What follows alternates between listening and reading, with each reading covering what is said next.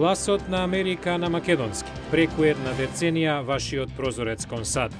А сега, директно од студиото во Вашингтон, Добро вечер. Го гледате ТВ журналот News Flash на Гласот на Америка на македонски јазик, а јас сум Лилица Китановска. Wikileaks ги објави, а многу весници во САД пренесоа детали од стотици американски воени документи кои даваат исцрпни извештаи за најголем дел од затворениците во Гвантанамо. Со ова ги започнуваме вестите. Стотици ново објавени документи на американската армија даваат детални извештаи за поголемиот дел од 700 лица кои биле притворени во американскиот воен затвор во заливот Гвантанамо на Куба. Во нив се наведува дека повеќето од 172 кои се уште се во притвор и натаму представуваат голем ризик за САД и сојузниците доколку бидат ослободени без соодветна рехабилитација или надзор. New York Times и други новински организации, меѓу кои Washington Post и Daily Telegraph, во денешните изданија објавија детали од извештаите откако ги добија од интернет страницата Wikileaks. Американскиот оддел за одбрана и State Department остро го осудија обелоденувањето на документите наречени брифинзи за проценка на притворениците. Тие велат дека биле напишани врз основа на информациите на располагање во тој момент и дека не значи дека го представуваат сегашниот став за притворениците. А од другите вести, афганистанските власти велат дека талибански бунтовници ископале тунел во главниот затвор во јужниот град Кандахар, пошто успеале да избегаат преку 400 притворени соборци. Афганистанската влада инцидентот го нарекува безбедносна катастрофа. Раководителот на затворот Гулам Дастигар Мајар вели дека околу 475 затвореници избегале од затворот Сарпоса доцна во неделата, а повеќето од нив талибански милитанти. Талибан соопшти дека ископал тунел долг близу 300 метри во рок од 5 месеци, избегнувајќи ги владините контролни пунктови. Талибан кажа дека меѓу ослободените затвореници се наоѓаат 100 команданти. Афганистанските власти соопштија дека почнале потрага по избеганите притвореници и успеале да фатат 13 од нив. А од спортот, Бостон без пораз во второто коло, а Лейкерс во мртва трка со Хорнетс. Од синокешните плей-оф над превари во NBA, Селтикс со четвртата едно по друго победа над Нью Йорк 101-89 се пласира во второто коло. Актуелниот шампион Лос Анџелес поразен во Нью Орлеанс 93-88 и сега резултатот е изравнет на 2-2.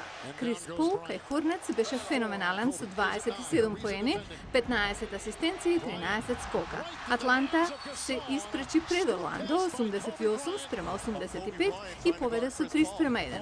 А Филаделфија го запре Мајами 86-82 и намали на 3-1. Во наводен воздушен напад на НАТО врз резиденцијата на либискиот лидер Муамер Гадафи во главниот град Триполи уништена е најмалку една зграда. Деталите во приложение. Либиски представник кажа дека 45 лица биле ранети во напад рано денеска, а други се уште се водат за исчезнати. Каде бил Гадафи во време на нападот не е познато. Нападот доаѓа еден ден откако владините трупи масовно го ракетирале западниот град Мисрата, што е во раце на бунтовниците.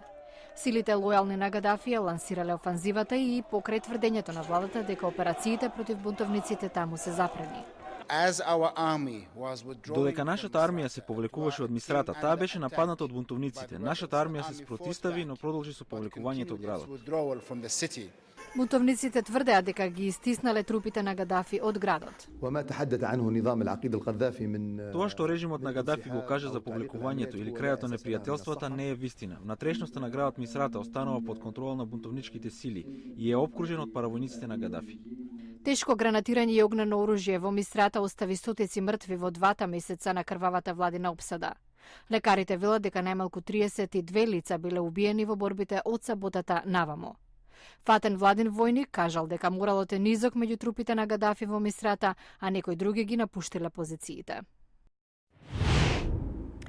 Утрото на 26 април, пред 25 години, дојде до експлозија на четвртиот реактор во нуклеарната централа Чернобил во тогашната Советска република Украина. Инцидентот важи за најлошата нуклеарна несреќа во историјата. Во приложение за човечкиот данок што го зема Чернобил. Наталија Манзурова, иако заболела од рак, преживеала. Кусо време по експлозијата, заедно со група од 15 научници, била испратена во непосредна близина за да работи на 4-годишна студија за влијанието на радиацијата врз животната средина. Од сите научници кои беа таму, јас сум единствена што преживеав. Од лаборантите има уште неколкумина живи. Околу 350.000 луѓе кои живееа во близина на Чернобил и по несреќата беа евакуирани, исто така биле изложени на голема радиација. Проценките за тоа колку починале од озраченоста варираат од неколку стотици до речиси 1 милион. Па сепак, Бартон Бенет, кој раководи со форум научници и жртви од несреќата од Чернобил, вели дека последиците не се толку сериозни колку што многумина верува.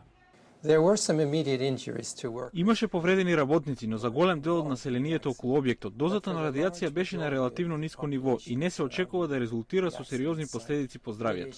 Меѓутоа, во извештај на Светската здравствена организација се наведува дека 4000 жртви на Чернобил, многумина од нив деца, развиле рак на тироидна жлезда. Многу експерти веруваат дека радиацијата од Чернобил е причина и за зголемување на бројот на новороденчиња со физички недостатоци. Алексеј Јаболков бил советник за наука во советската влада. Тој објави книга во која тврди дека Светската здравствена организација не ја кажала вистината за Чернобил. Наша проценка е дека во наредните 25 години може да очекуваме 1 милион, дури и повеќе смртни случаи поврзани со катастрофата во Чернобил. И тоа не е крајот. Научната дебата настрана, едно е сигурно. Огромен дел од Украина и натаму ќе остане со високо ниво на радиоактивност, без услови за живот, најмалку уште 300 години.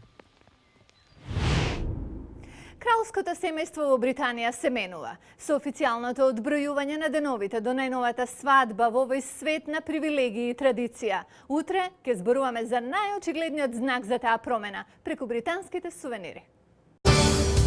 Што можат лимена кутија за колачи, рубикова коцка или шпил карти за играње да кажат за кралското семејство? Некои велат многу. Како се менува приказната за Британија? Гледате утре во Newsflash. Ова беше Newsflash на Гласот на Америка на македонски јазик. Јас сум Лилица Китановска. А за многу повеќе информации појдете на нашата веб страница glasnaamerika.com. До гледање.